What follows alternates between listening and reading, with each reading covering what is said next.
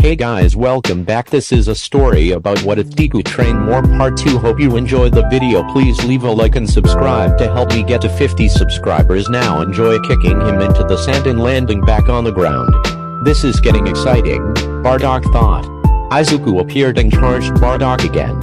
Bardock made a ki blast appear in his right hand and then threw it at Izuku, aiming at the boy in order to defeat him. That was before that same boy zigzagged around the blast and then punched him in the stomach again, and Bardock actually coughed up blood, which got on the sand and Izuku's shirt.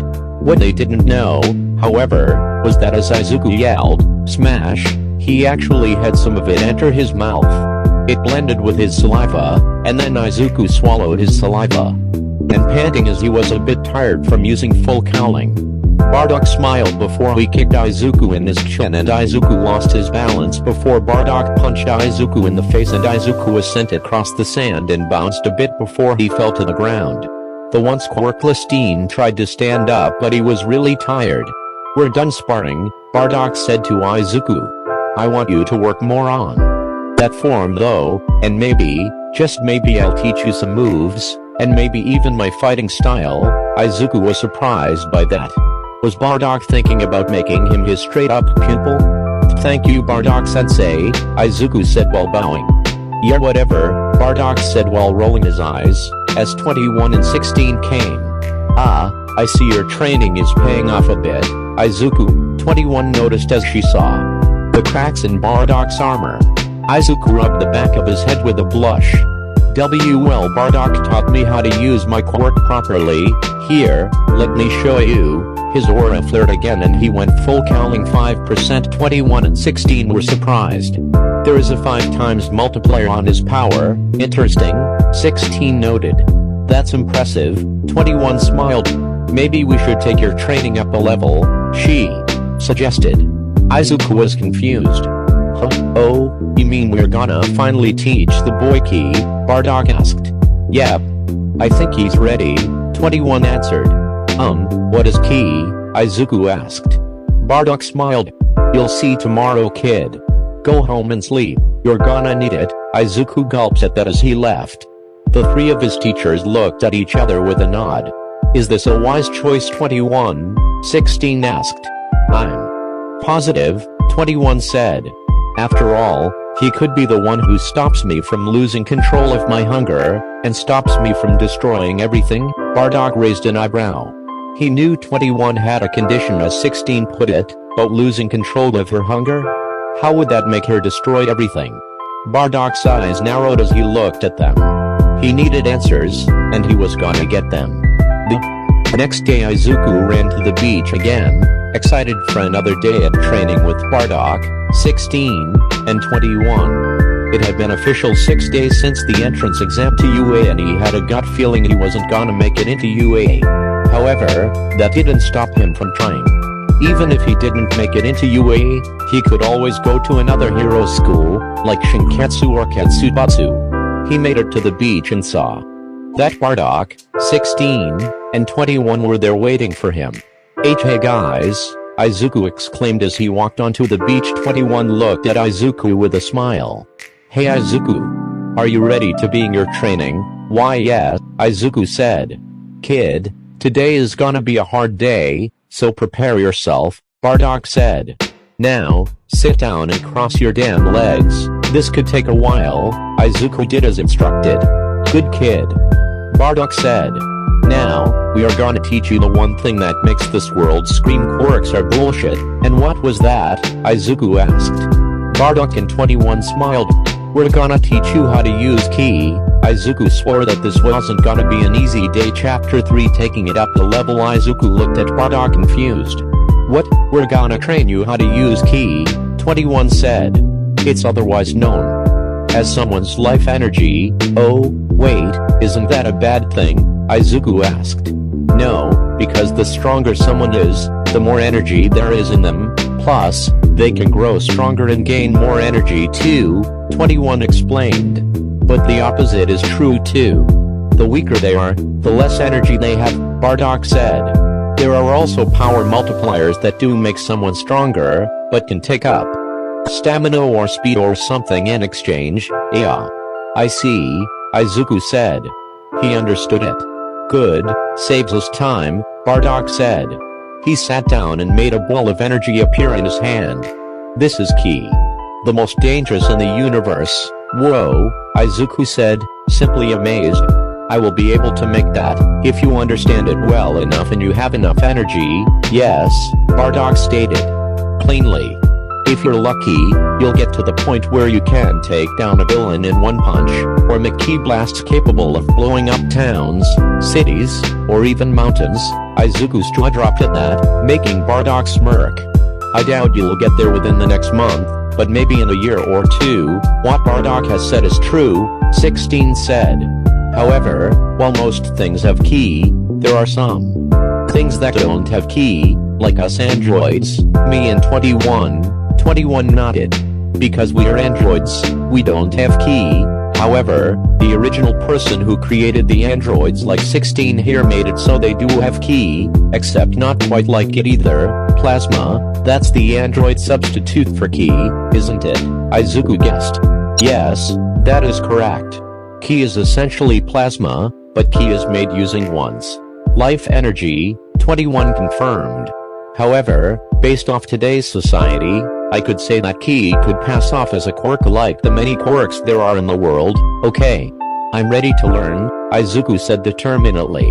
You may be ready, but this is more difficult than you think, Bardock said. I did it. I made a ball and it sting, Izuku announced, after having failed for 3 hours straight of trying to make a small ball of ki. Bardock smirked.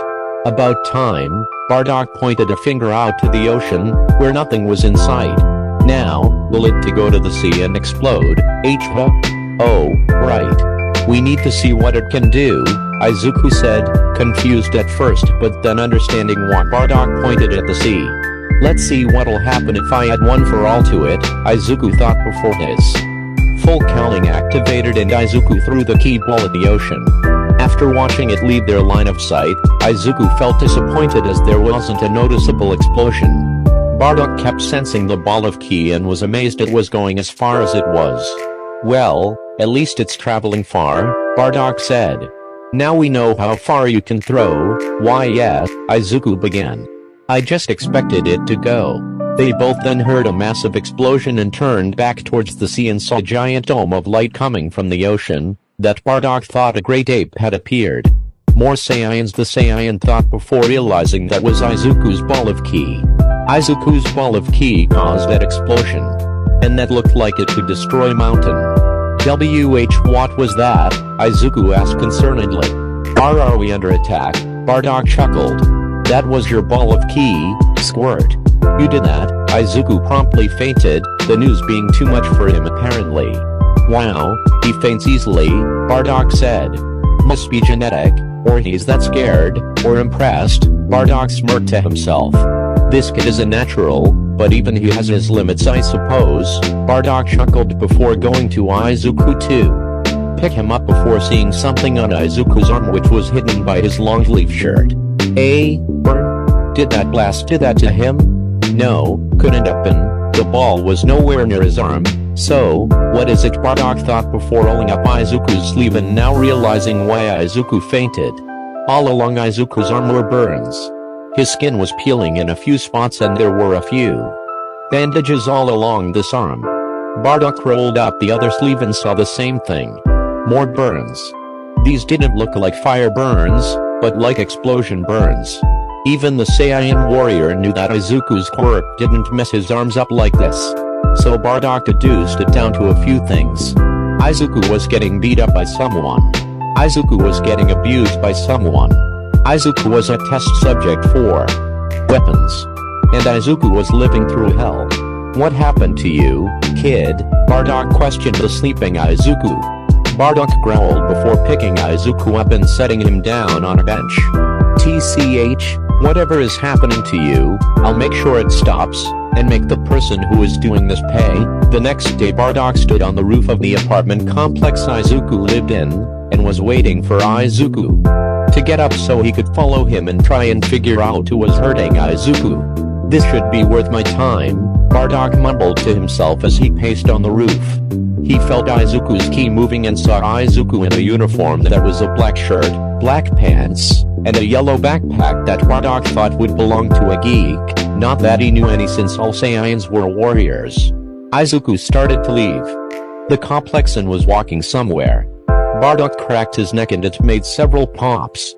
"Let's go," he said before he started to fly above the clouds and follow Izuku. They traveled for a bit because Izuku was jogging before he stopped outside a building. Bardock has landed a block away so Izuku didn't see him. He read the sign outside the school. Aldera Junior High, Bardock said aloud. Must be his school, Bardock sighed and walked away, waiting for something to happen as he kept sensing Izuku's ki. He landed on the roof of a building that gave him a good look inside of the classroom Izuku was in.